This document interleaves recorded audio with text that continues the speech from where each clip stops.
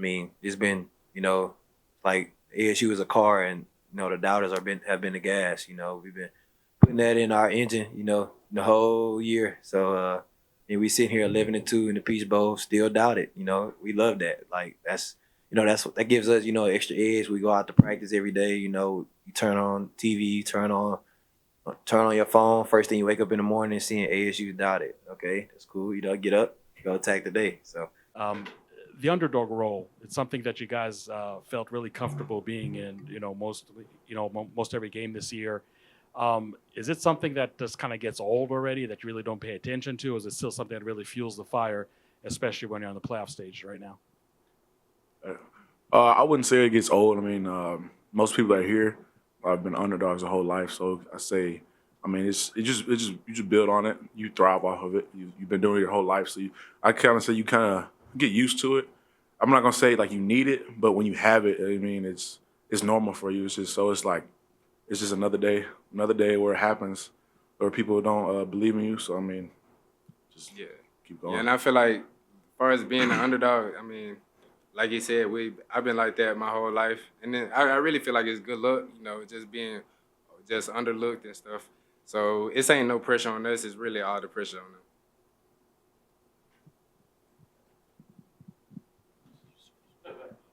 Shamari, Tim Healy from ASU Radio. What is your mindset that you're taking into this game, knowing that you got to sit out the first half because of the targeting in the Big 12 title game? Well, it's just being a great supporter. Montana Warren is going to play my spot, and I just know I'm fully confident in him. He haven't got that many snaps this season, but I just know his work ethic, the way he just prepared the game. I know he's going to have a great game, and I'm just here for him. Can you talk about what it'll be like for you when you enter the game in the second half? I mean, everybody know how I play, so I mean, second half is just all about just, not missing a beat, and just being able to just help the team win. Can you talk about how this seems to fall right in line with this team's ability to overcome adversity all year long, adversity of different kinds in different games? Oh, yes, sir, definitely. I mean, our motto always been the next man up. And, Montana been working hard all year long. It's finally his time. I'm here just to support him, any questions he has. Like, I'm Montana Warren, #1 fan in the first half. So, he's very talented, and, he's going to be perfectly fine. Guys, obviously you don't want to trade the position that you're in right now, but it's been almost a month since you guys have played a game. Have you been watching the college football bowl games going on, and what's it been like in terms of the itch to just get back out there and play a high level opponent in a game that could lead to a potential national championship down the road? I mean, yeah, it's a big itch, especially going from our last two games we played. We didn't play a full 4 quarters, and then we go the long break until our next game, then watching everybody else play. Like, going into the bye, we thought it was bad. Like, going into a bye, you wait the week, and then now you sit and you realize, you're sitting here for 4 weeks waiting to play a game. I mean, I wouldn't trade it for the world. Obviously, we're in a great position. But, I feel like it'll help us in the end, just to have that itch, just ready to play, ready to get back to it. Hi, guys. I haven't been around you guys all year, but it doesn't take long to realize that Kenny operates a little bit differently than most college head coaches. Can you just both kind of tell me when was the first time that you noticed that, Kenny was not your stereotypical football head coach, that he goes about things, whether it's having more fun or just being goofy? When was the first time you noticed that? Really, for me, it was when I first got here, when one of his first meetings that I was a part of in the team meeting, Coach Dillingham cried. So it was when I seen it, I was like, wow, it just shows him that he's real. He actually cares, and you don't get that from a lot of head coaches in this day and age. But Coach Dillingham just done a great job with just how he prepares us and just being able to have fun while we getting prepared as well. Because you don't see too many, from my personal opinion, you don't see too many head coaches that's willing to keep transfers on the team, able to practice and just treat them like, they still our team. And I just feel that just shows how how real Coach Dillingham is even when he don't got to be. So it just shows, and that helps in our favor. I say probably our team meeting. Obviously, this is my my first head coach in college football. So going into like college, I'm thinking, okay, like it's gonna be more of a business. You can't do as much. Like it's like you got to take it more serious. And then our first meeting, like you feel the looseness in the air. It's like it's not a lot of tension there. Like you still have a sense of like the fun. Like you can have fun. So just going there and then having our practice. I say spring ball practice. First time having spring ball practice, I was scared, tense, nervous. But then just feeling the energy he brought in the team meeting, feeling the energy we brought to the practice. I mean, it just felt different. I'm thinking it's going to be a lot different in high school. But, I mean, obviously things change, but that's one thing that didn't change. So you still have fun. Hey, CJ, Blake Neiman, Sun Devil Source. With your guys' Texas to Tempe movement, that not only includes high school players, but also players who once played at Texas and now are your guys' team. What excites you about the opportunity to play a program like Texas, being a part of this ASU team? I mean, it's a great thing for just the players on the team and the future recruits, but at the same time, it's more about us. I mean, you can think about it at the beginning, think about, okay, we're about to play Texas, but at the end of the day, we have to stick to what we do every week, to stick to the process and make sure that we just don't let up, just keep working the way we've been working all these other weeks.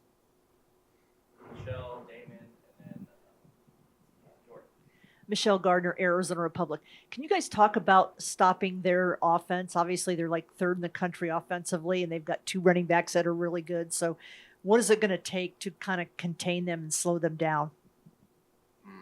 For me personally, it's going to be there's the dogfight throughout all four quarters, and it's all about who's going to be willing to give up, and who's willing to just keep fighting. They're a great team, but like I said from the beginning of the year, like we do what we supposed to do and just lock in, just reading keys, just focusing on the details, we'll be perfectly fine.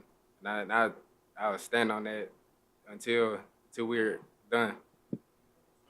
I'd say, like I just said before, it's just about sticking to the process, doing what we have to do, doing our 111th on defense, just making sure we do our job, not letting the platform or the stage get in our heads, just playing our game. I mean, we played a lot of good teams this year, so I mean, every week we just did what we needed to do and just played team ball. So I'm just sticking to the team, sticking to the culture is our biggest thing. Damon Allred, Arizona Sports. Shamari, you kind of already got into it a little bit, but with this game prep, how have you handled balancing getting Montana ready as well as getting yourself ready for this matchup? It was just basically going over what we've been going through all year.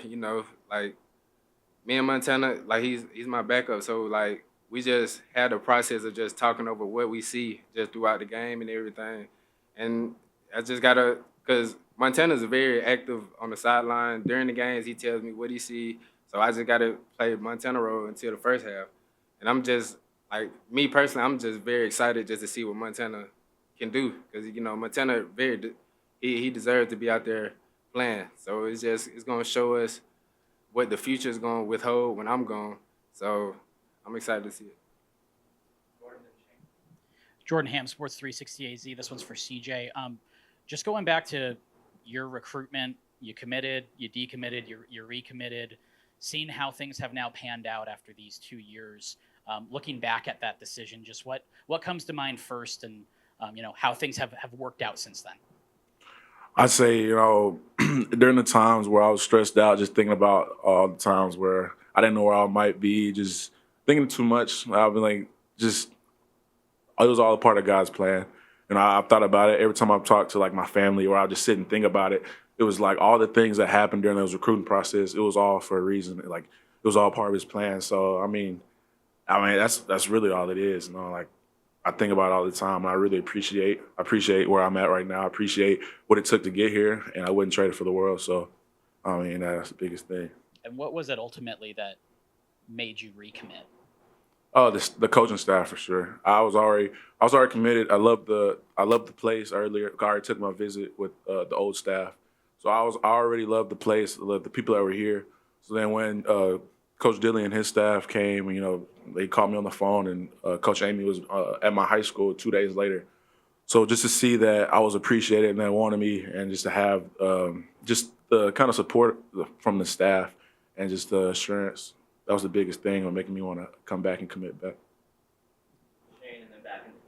Week after week, it's felt like more and more eyes are on you guys. Obviously, the bigger the game gets, but this is as national as the stage can get. What are you guys most excited for the world to see? That people, it feels like people aren't tuning in, watching what you guys can do. They're still doubting you. What are you guys most excited for fans to see about you guys? Really, I always been just proving the doubt is wrong. That's always been my big thing and my goal in life. Just everybody that doubted me, said I couldn't do anything. I just like proving people wrong. That's the biggest thing for me. This one could be for both of you. How do you feel you guys have been able to find the balance in the couple weeks off, between getting your bodies fresh and ready to go, but also making sure you guys are ready to roll come kickoff? I mean, it's just just doing what the coach asks you to do. You just stick to the process. Like I said, it all works out. It might be a little tough going straight from not playing to right into the game after the bye. But I mean, the structure Coach Dilly's had for practice, I feel like it's getting us set up. We've had good 2 weeks of practice, just making sure that we still get the physicality in, the bang. Just make sure we're not going into this next game without playing football. So we're still getting a high workload, just making sure that we're still ready to play this game. Shane, you want to re-ask your question? Like specifically about the players around you. What are you excited for the world to see about this team and what it's about? Just the culture and how we play, how Arizona State plays football. I mean, we earn the right to be here, so people just should respect that. So just to watch and just show people that we've been working, we deserve to be here, just like anybody else. So just playing the way we play football, playing the way we play every week in, week out, and just more people can notice it and see it, and it'll help us. I'm kind of just to further elaborate on the Texas to Tempe movement, with Brian Carrington kind of being a big part in that, and then the other Texas players in your guys' room. What resonates with you guys and how you guys have kind of bonded within the larger structure of the team? I mean, it's great to have people with that have things that you have things in common. So just to have that Texas to Tempe movement, it feels good. We're obviously a good bits away from home, so just to have those guys around you to relate something to, and just to be able to you just think about just like a little, I wouldn't say a clique, but because everybody's pretty close on the team, but just to have that group just in case something happens. I don't know, but it's it just feels good to have that just kind of relationship going. This is for both of you. What does Jacob Rich Kangaika bring to this team on and off the field? I mean, from day one, he's brought a lot of energy. He brings the same energy every day, and you'll know he's there. You'll hear him before you see him. I mean, you walk into practice, you will be in there. You'll hear Jacob coming in from the minute we start practice to the minute we leave. So just the energy he brings, just how he plays.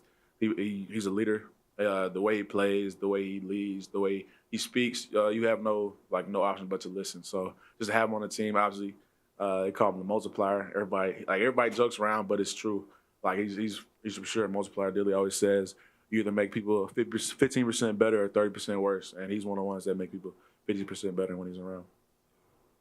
He's just a great guy just to be around. You just have a bad morning. You see Jacob, you don't have no choice but to brighten up. He just do a good job of just brightening up everybody's day. You need people, not in only just football. You need people in life like that. That's just. No matter what the circumstances is, he always just give positive vibes to everybody. Shamari, you've been a leader on this defense the last 2 years. What do you think has brought this defense together this year to be so effective, create more turnovers, and just be more connected as a group? Basically, just sticking to the process and just not letting outsiders determine what's going on inside the football facility. I feel like we also brought a lot of great players in to help us out, and they just done a great job of just not being on a selfish road, but just being more, what can I do to help the team? So, and once you have a lot of people, once you have like basically the whole team that have that same mindset, you get the results we have now. Just a quick follow up on something you said earlier about liking to prove people wrong. Do you feel like there's a good amount of other people on the team that share that same mantra that you have? Yeah, definitely. That's what make it so fun to play with these guys, because they have the same exact mindset as me. You know, we came like a lot of people just counted us out, and you know we just do a great job of just coming together and just understanding where people come from and just trying to bring that together to get a positive thing out of it. How you doing, guys? Hood Rubino, Devils Digest. Xavion, is it almost impossible not to get caught up in the storyline for you personally, not only growing up in Texas, but actually playing in Texas? Or is it really important to just really keep that storyline in perspective, because this is obviously the most important game of the year? I don't know. I don't like, it's kind of, I don't like that. I mean, I went there, I signed there out of high school. It is what it is, but I don't like all the, I went to Texas, blah, blah, blah. Like, I'm viewing it, this is another game, but, obviously me being a Texas kid, just being there, wearing that jersey and then being somewhere else, and playing against that jersey. Obviously, it's two totally different things, but, I mean, I'm just treating it, as another game for me, really. Like, I'm excited to be playing in the Peach Bowl in Atlanta. It just so happened to be against Texas. I knew that was going, it was a possibility that it could happen. I got some guys over there, I'm pretty close with. There's pretty good players over there. But, I mean, I'm focused on winning the game, It's just a regular game to me.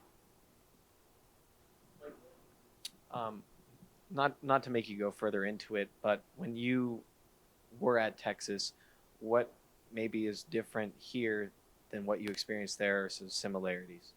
Culture, people in the building, I feel like just here is just people in the building is what make it special, It's not a logo. It's not, it's not, ASU is a family, like the whole, movement, like everybody that represents the pitchfork, it's a family. That's what I could say here. The culture that, that Coach Dillingham is still here, the brotherhood that we have, the 4 core values that we value, the smart, tough, the ball, the team. Just all the guys, like they said, being doubted, coming from different places like me, like Texas, like USC, guys like Caleb that's been here through everything, through thick and thin, who've been here through the bad seasons, the up seasons, like guys who was at schools that was maybe counted out, wasn't a good fit for them. Like we all just came together and, created a family. So that's what I would say.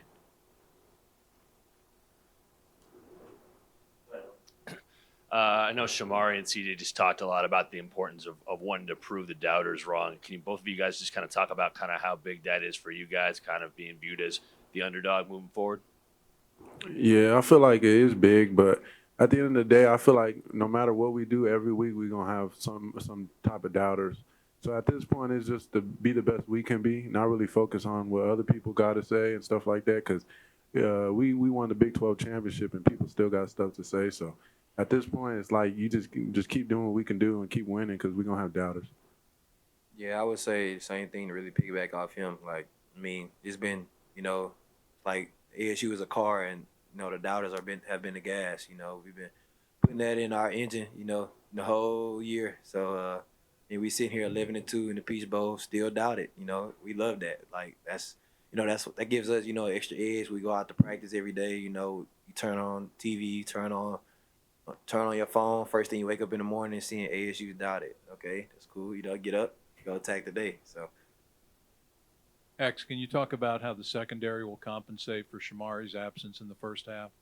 I mean, I really love those group of guys, because just seeing where we came from January together as a secondary, like the amount of work that we put in, obviously we have a tough job. It doesn't matter if you play corner, nickel, safety, any bad play, it's on everybody. It's on the whole secondary. So just the brotherhood that we, developed over time until now, through these tough games in the season, us being able to close out and really, bond together. we've always had that next man up mentality, you know, and obviously losing a leader, a great player like Shamari for 30 minutes, obviously is not what we want. But you know, it is what it is, and we've, you know, had games where we've maybe had one of our talented players go down, and we were able, you know, compensate for that and pull out. So you know, everybody is just gonna step up. Everybody's just gonna step up their game. You know, I have to step up my game. The whole defense has to step up their game. Offense, everybody. You know, we're gonna come to play no matter who's on the field. You know, no matter what 11. So. Jordan, and then Elliot, and then Blake, and then Jordan Ham, Sports 360 AZ, just for both of you, what stands out to you about this Texas offense and what would make them difficult to defend? I'd just say probably like the size. That's really the biggest difference when you talk about like SEC and stuff. Really the size, but I feel like our team and we got the guys to match up with them too. So I don't really think there's a real big difference, but I think the size is probably the biggest. I would just say, I would say that it's similar to offenses we've been seeing all year. Really, like I feel like we match up with them pretty well. I know the guys that, you know, we have on our defense, and I feel like I can take them, you know, anywhere against anybody. I don't really feel like, you know, it's size matters. You know, we played against a team that was Iowa State was bigger than us. You know, I mean, see the result. So it's like, just as long as we focus on being us each and every play, I feel like, the odds, you know, are in our favor. Kind of piggybacking off of that a little bit. When you guys go up against ASU's offense in practice, does it almost make it seem like opposing teams' offenses like aren't as hard compared to that after going up against guys like Scat and Sam? Yeah, it starts from the guy that takes the snaps, you know. Just seeing him grow from when he got here till now, like, I mean, I can't imagine when he leaves, like, what it'll be like. But, I mean, he's an elite quarterback. And then, you know, the guy that's taking the snaps, handing it off, handing it off to an elite running back, you know. I feel like those two guys, you know, are some of the top in the country, along with our offense. You know, you see what they've done in these games. You know, you've seen how they, scored and moved the ball all year. Credit to those guys. You know, it's exciting when we're on the sideline watching those guys because we go against it every day in practice. So we feel like I said, fall camp and spring ball, everything we've gone through has prepared us, you know, for these tough moments and these tough games. So we all believe in each other, and we just gonna, play our game. Blake, sorry. Oh, me. Caleb, I just wanted to ask you, you've been at ASU through the highs and the lows. What lesson is there to be learned in your story, sticking through the pain and struggle and finding success on the other side that other people can take inspiration from? Run your own race. I mean, I had a lot of teammates that were leaving, and it kind of made me want to leave. But you got to understand that everybody else's mission and goals, and everybody else's the things they do, you ain't got to do. You know what I'm saying? Your journey's different, and that's one thing I learned a lot is that just run your own race and do what you do. Guys, you guys have both played for a lot of football coaches in your careers. When did you first realize that Kenny is a little bit different just in how he operates and his approach to coaching a college football team? Well, when he first got here, I realized he was a little different. Just like even when seeing him crying in the press conference, like when he first got here, you could tell it's a different type of passion. You know what I'm saying? And then he got here, and the stuff he was preaching, he was really trying to live by. So, yeah. For me, I would say I was a highly recruited guy. So, seeing different coaches talk to you different ways can sometimes get old. But I could tell that everything he said was real and that he really cared about, kids. Like when you first go to college, you're 17, 18 years old. Some people, they might just tell you something, promise you something, just so it sounds good, just so you into it, and then, you end up going to a school or something like that. But even when I was in the transfer portal, the first conversation we had, he wanted to know about me as a person. Like he didn't care about, the football side. He really, showed that he cared about me as a person. So, obviously when it comes to football, him knowing me as a person, you naturally want to play harder for him, naturally want to do everything for him. So I would say he takes time to know his team. He creates relationships with everybody on the team, no matter if you're the best player or, no matter what you do. Like, no matter if you're a staff member, he says hi to everybody, same energy to everybody. So I think that's what really makes this program special. Like, nobody's above one another. Everybody's just, one big family. Your teammates were just in here, and they mentioned him crying maybe during team meetings? Does this happen fairly often, or? No, I wouldn't say fairly often, but I mean, we do Coach Dillingham is emotional. He's not afraid to let his emotions show. No matter if it's cameras, not cameras, but I mean, I guess when it's time for him to cry, he cries. So it's just that's just what it is. Damon Allred, Arizona Sports. Caleb, kind of piggybacking off what Blake asks, what does it mean to you to go through what you've gone through and to be leaving ASU in a better spot than you left it or than you found it? It means everything, This is what I came to college to do: is playing games like this and do things like this, and to finally just in my 5th year being able to do all of this stuff is just everything to me. Like, it's everything to my family. It's what you work for your whole life. You dream of stuff like this, and to finally have it here, it just means everything. With you guys both in leadership roles, what have you been kind of telling people? What's the messaging preparing this defense for this game? Same thing we always say. Obviously bring your A game, but on defense we pride us. We like, I feel like everybody on defense loves, we are made for games like this. Like when we go out there that first drive and we all get together on that little huddle, by the numbers before you run out. We all believe. So I'm excited. I'm really excited to run out there with this guy and the guys on the field, because we're being doubted by the whole world. So it's we feel like they got to strap up just like we do. So come Saturday, January 1st, it's gonna be a war. I know that. It's gonna be a war, definitely. Xavion, I know that Kenny says he really doesn't talk much before the game. He actually lets you do the pregame talks, as a pretty legendary in that aspect. Have you been thinking about? You had like 3 weeks to think about this pregame talk. I gotta think it's gonna be like Oscar worthy or something. Right? Everybody says that they think I plan the speeches. It's not planned, But I mean, it's just pure passion. Like, I just really love this game. I feel like I'm, made for games like this. Like, this is what I've been, like he said, been dreaming of since I was 4 years old. And that was, my dream school, at once. I thank them for giving me the opportunity to go there, fulfill my dreams, But now, I'm like the dream killer now. So it's like, I'm going out there like, man, I want to win this game. Like, I'm a competitor. We all competitors. Nobody goes out there is just going to lay down, Like, we've been doubted, but we all have to go play the same 60 minutes. So, we believe in ourselves, believe in our team. Same process. Just going to go out there and, do what we do. Caleb, in back here. Texas has 2 really good running backs. What would you say is the biggest key for your unit to be able to slow down that run game? Just be physical. I mean, we faced a lot of good backs this year, so I'm not too much worried about that. And we go against really good backs at practice, so I'm not too much worried about that either. But we just got to play a physical game, and be more physical than them, and I think we shouldn't have a problem.